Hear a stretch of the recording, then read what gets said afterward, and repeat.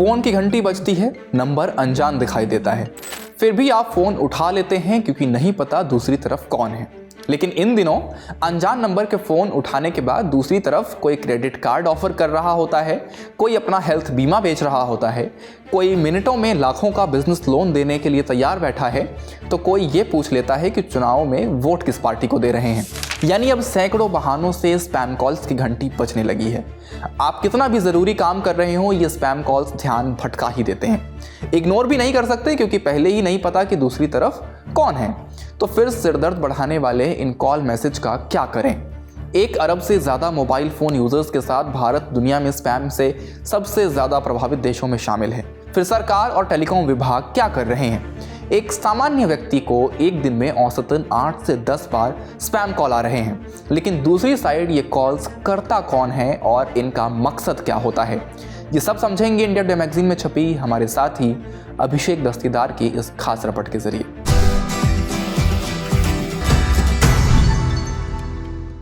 नमस्ते, मेरा नाम धनंजय है और आप देख रहे हैं इंडिया टुडे हिंदी। भारत में टेलीकॉम ऑपरेशंस को रेगुलेट करने वाली संस्था यानी telecom regulatory authority of India यानी ट्राई भी मानता है कि स्पैम को लेकर शिकायतें लगातार बढ़ती जा रही हैं। 2023 में नॉन रजिस्टर्ड टेलीमार्केटर्स के खिलाफ 1 करोड़ 22 लाख से ज़्यादा शिकायतें दर्ज की गईं, जो 2021 में 85 लाख की तुलना में काफ़ी ज़्यादा हैं। इस समस्या से निपटने के लिए दूरसंचार विभाग यानी डीओटी ने international incoming spoofed calls prevention system शुरू किया है, जो रोज़ ऐसी 1 करोड़ 30 लाख कॉल्स ब्लॉक करता है। सरकार अपने स्तर पर लगाम कसने की कोशिश कर रही है। इन कोशिशों में और क्या क्या है, आपको पॉइंट्स में समझाते हैं। एयरटेल, वोडाफोन आइडिया और जियो ने तत्काल स्पैम को ब्लॉक करने के लिए एआई बेस्ड सिस्टम लागू किए हैं। ट्राई के नवंबर 2024 के आदेश के मुताबिक हर कमर्शियल मैसेज में सेंडर और रिसीवर का पता लगाने के लिए जानकारी होनी चाहिए। फिशिंग को ब्लॉक करने के लिए अक्टूबर 2024 से एसएमएस में केवल स्वीकृत यूआरएल, एंड्रॉयड पैकेज किट यानी एपीके और ओटीटी लिंक की इजाज़त है। ट्राई ने टेलीकॉम कंपनियों को सभी telemarketing call distributed laser technology platform पर ले जाने के निर्देश दिए हैं। इससे कमर्शियल मैसेज की निगरानी और नियंत्रण में सुधार होगा। गलत इस्तेमाल को रोकने के लिए सर्विस प्रोवाइडर्स ने फरवरी 2023 में 3.5 लाख से ज़्यादा अप्रयुक्त हेडर और 12 lakh unverified SMS template block किए। अगस्त 2024 से नियमों का उल्लंघन करने वाले टेलीमार्केटर्स 2 साल के लिए ब्लैकलिस्ट हो रहे हैं। धोखाधड़ी वाले अंतर्राष्ट्रीय कॉल को ब्लॉक करने के लिए international incoming spoofed call prevention system launch किया गया। बैंकों और बीमा कंपनियों से रिखी करीब 14,000 प्रमुख संस्थाओं ने 21,000 से ज़्यादा टेलीमार्केटर की पहचान घोषित की, जिससे उनकी ज़्यादा जवाबदेही तय हुई। नियामकों की संयुक्त समिति में अब ट्राई, आरबीआई और सेबी के अलावा बीमा, पेंशन फंड और आईटी मंत्रालय भी शामिल है। स्पैम की सूचना देने के लिए संचार साथी पोर्टल बनाए गए। सरकार और कंपनियां अपने स्तर पर काफ़ी सुधार कर रही हैं, लेकिन ये नाकाफ़ी साबित हो रहे हैं। कुछ यूजर्स ने इंडिया टुडे मैगजीन से बातचीत में माना कि सुधार तो हुआ है, लेकिन स्पैम को ब्लॉक करने या रिपोर्ट करने की जिम्मेदारी अभी भी यूजर्स पर ही है। ट्राई सख्ती दिखाते हुए telecom commercial communication customer preference regulation 2018 के नियमों में बदलाव की तैयारी कर रहा है। नए बदलावों में प्रचार से जुड़े मैसेज के लिए अलग अलग टैरिफ, उल्लंघन करने वालों पर सख्त कार्रवाई करने और स्पैम कॉल को बेहतर ढंग से ट्रेस करने के उपाय शामिल हैं। व्हाट्सएप जैसे प्लेटफॉर्म को भी इसमें शामिल किया जा रहा है। लेकिन ये जानना भी दिलचस्प है कि आखिर दूसरी साइड से ये कौन लोग हैं जो स्पैम कॉल करते हैं। इस सवाल का जवाब आपको अन्नू सरोज की कहानी में मिलेगा। अन्नू सरोज यूपी के बलिया में रहने वाली 23 साल की लड़की हैं। वो कॉल सेंटर में काम करती थी, लेकिन उन्होंने दबाव बढ़ने से नौकरी छोड़ दी। कहानी क्या है, उन्हीं के शब्दों में सुनिए। कंपनी चंडीगढ़ के कमर्शियल बिल्डिंग में 2 कमरों में ऑफिस चला रही है। जब मैं वहाँ काम करती थी, कंपनी पूरे दिन लोगों को कॉल कराती थी।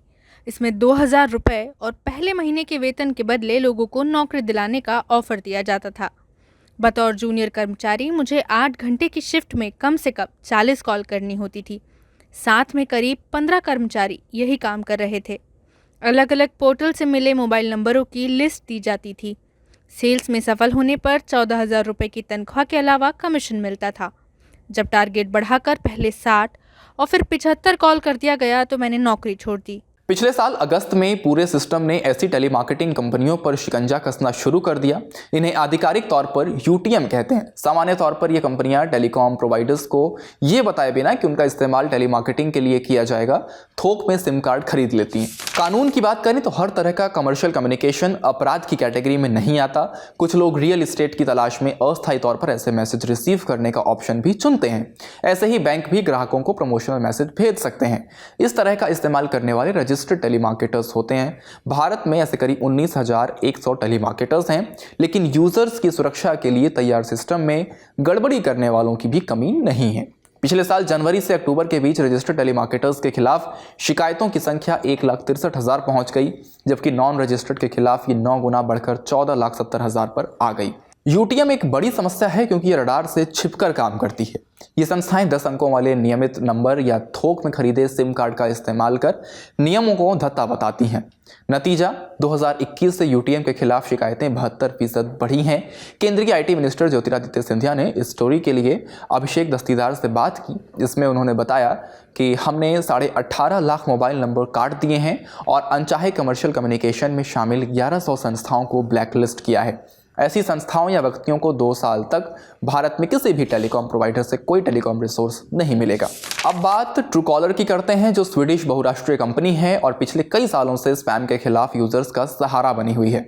2009 से यूजर्स के संपर्कों और क्राउड सोर्सिंग का इस्तेमाल करके ट्रूकॉलर ने एक ग्लोबल डेटाबेस बनाया है, जिसमें यूजर्स कॉल और मैसेज को स्पैम, फ्रॉड या स्कैम के तौर पर आइडेंटिफाई करते हैं। स्पैम पर इसकी 2024 की वैश्विक रिपोर्ट बताती है कि अमेरिका में रिसीव किए जाने वाले स्पैम कॉल्स के सोर्स में भारत टॉप कंट्री है। मतलब भारत को वैश्विक स्तर पर स्पैम कॉल के शीर्ष स्रोतों में से एक माना जाता है और ये स्पैम कॉल से प्रभावित देशों में भी सबसे आगे है। हालांकि भारत में स्पैम के खिलाफ जंग की हम जितनी बातें कर रहे हैं ये नई नहीं है। 2007 में डू नॉट डिस्टर्ब यानी डीएनडी रजिस्ट्री की सुविधा शुरू की गई थी, जिसका मकसद ये था कि यूजर्स टेलीमार्केटिंग कंपनियों के अनचाहे कॉल्स और मैसेज ब्लॉक कर सकें। ये अलग बात है कि टेलीमार्केटर्स ने जल्द ही सिस्टम को चकमा देने के तरीके खोज लिए।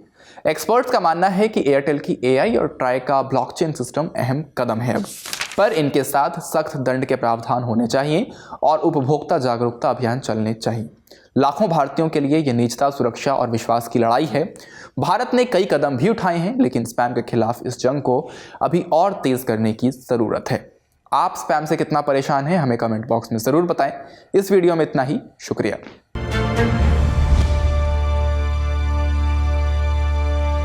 इसी तरह की तसल्ली से भरी हुई एक्सक्लूसिव रिपोर्ट्स देखने के लिए सब्सक्राइब करें इंडिया टुडे हिंदी का यूट्यूब चैनल और बेल आइकन जरूर प्रेस करें ताकि वीडियो अपलोड होते ही आपको खबर हो जाए।